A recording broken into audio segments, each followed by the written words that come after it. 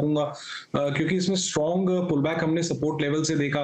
औरो trading at 1124, तो मेरी नजर कल औरो फार्मा में रहेगी ऑन द बुलिश साइड।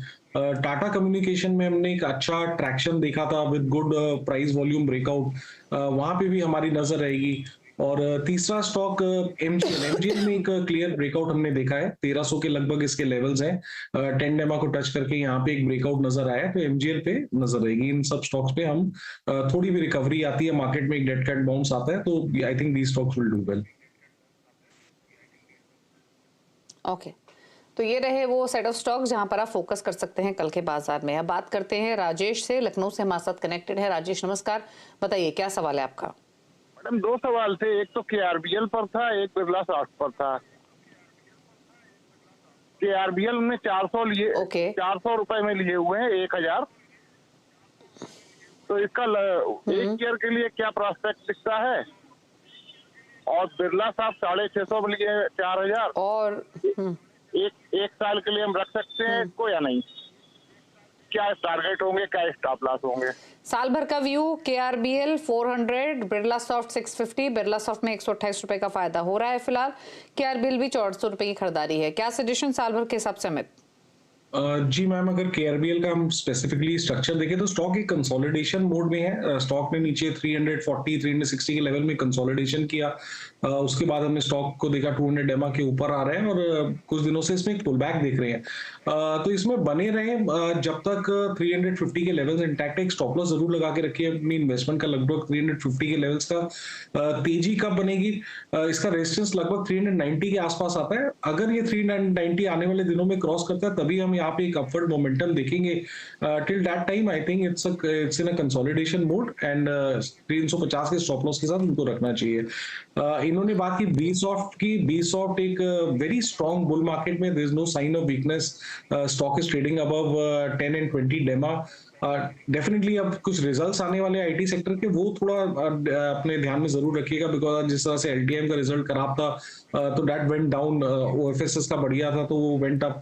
तो रिजल्ट में इम्पैक्टेड पॉजिटिवली और negatively, I don't know, but technically structure इसका साउंड है as long as it is above the 750 levels. Okay, बात करेंगे सुशील गुप्ता से, लखनऊ से हमारे साथ कनेक्टेड हैं। सुशील नमस्कार, बताइए क्या सवाल है आपका? मैम नमस्कार। नमस्कार मैम, बताइए क्या सवाल है आपका?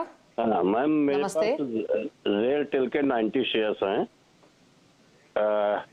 160 रुपए के रेट पे लिया हुआ है और अभी तो खैर अच्छा प्रॉफिट आ रहा है। इसको क्या करना है? अभी आगे रोक सकते हैं महीने 2 महीने या फिर निकल लें? अब एक तो ये है, दूसरा है IRFC।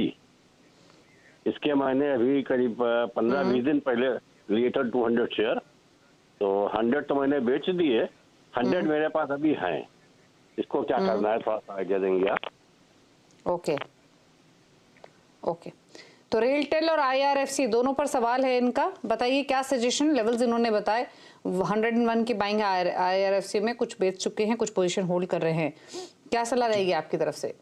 जी, रेलटेल का स्ट्रक्चर पॉजिटिव है, there is no sign of weakness, stock एक कंटिन्यूअस अपट्रेंड में है, तो बना रहना चाहिए, बट डेफिनेटली ये प्रॉफिट में है, तो एक इनका प्रॉफिट का एक ट्रेलिंग स्टॉप लॉस होना चाहिए। 340 के स्टॉप लॉस के साथ इस स्टॉक को होल्ड करें। अभी भी स्ट्रक्चर पॉजिटिव है और आने वाले दिनों में हम हायर लेवल्स इसमें देख सकते हैं। IRFC का भी स्ट्रक्चर क्वाइट पॉजिटिव है, बट यहाँ पे थोड़ा सा स्टॉक रन अप कर चुका था, एक पुल बैक जरूर आ सकता है टुवर्ड्स 130 को 135। उसके बाद हम एक रिजम्पशन ऑफ अपट्रेंड देख सकते हैं। अगर इफ इज विलिंग टू सी 134 35 तब तो होल्ड करें, नहीं तो अपना प्रॉफिट बुक कर लें इस लेवल में। ओके, बात करते हैं जयदीप शर्मा से, चुरू से हमारे साथ कनेक्टेड हैं। जयदीप नमस्कार, बताइए क्या सवाल है आपका? नमस्कार मैम। मैम मैंने HCL के 30 शेयर ले रखे 926 के ऊपर, तो इनको होल्ड रखूं या सेल करूं? 926, आपका होराइजन क्या है, मतलब क्या व्यू है, कितने समय रख सकते हैं? मैम 5-6 साल तक वो रख सकता हूँ मैं। ओके, लॉन्ग टर्म व्यू है 926 की बाइंग HCL टेक में, अच्छे प्रॉफिट्स में है ऑलरेडी, क्या सजेशन रहेगा अमित? जी बने रहना चाहिए। It is one of the large cap में अगर देखा जाए तो एचसीएल टेक की relative strength is the strongest. जितने भी लार्ज कैप स्टॉक्स में सबसे बेहतरीन स्ट्रक्चर एचसीएल टेक का है, जिस हिसाब से स्टॉक वीकली और मंथली चार्ट्स पे प्लेस्ड है। ऊपर के लेवल्स हम डेफिनेटली आने वाले दिनों में लगभग 1700 के भी लेवल्स, 1700 1750 तक के लेवल्स देख सकते हैं। स्टॉप लॉस जरूर लेकिन अपना जो, क्योंकि ऑलरेडी प्रॉफिट में 1500 रुपए तक अपना स्टॉप लॉस ट्रेल कर ले इस पोजीशन में। ओके, नानक चंद दिल्ली से हमारे साथ कनेक्टेड हैं। नानक जी नमस्कार, बताइए सवाल। नमस्कार जी, ये एक्चुअली मेरे पास आईएक्स के शेयर्स है, 1151 बाइंग है मेरी। ये बहुत नीचे जा रहा है, क्या करें? शॉर्ट टर्म व्यू था मेरा। शॉर्ट टर्म व्यू 151 पर खरीदा आईएक्स, कल टूटा था काफी। क्या सजेशन रहेगा शॉर्ट टर्म के व्यू के हिसाब से? जी आईएक्स में हमने लास्ट 2 दिनों में काफी एक शार्प सेल ऑफ देखा है। स्टॉक ने अपना 200 डेमा ब्रेक कर दिया और 2 दिन में इसमें वॉल्यूम बहुत ज्यादा है। एक इसका स्ट्रॉन्ग सपोर्ट लगभग 138 140 के आसपास था, वो भी टूट गया है। तो अगर कोई भी बाउंस आए तो निकलना चाहिए, नहीं तो आई थिंक मेरे को लगता है स्टॉक इज हेडेड फॉर 124। थोड़ा सा मार्केट में कोई रिलीफ रैली आती है, बाउंस आता है, तो मेरे हिसाब से इनको इसमें से एग्जिट करना चाहिए। ओके, बात करेंगे अब अगले कॉलर से। विकास हमारे साथ कनेक्टेड हैं सवाल पूछने के लिए। विकास नमस्कार, पूछिए अपना सवाल। नमस्कार मैडम, मेरे पास वीआईपी के शेयर्स हैं 621 रुपए के रेट पर 120 शेयर, और एचडीएफसी बैंक का आज मैंने 1503 के रेट पर 30 शेयर लिया है। क्या करना है? 1 साल तक इन्वेस्ट करके रख सकते हैं।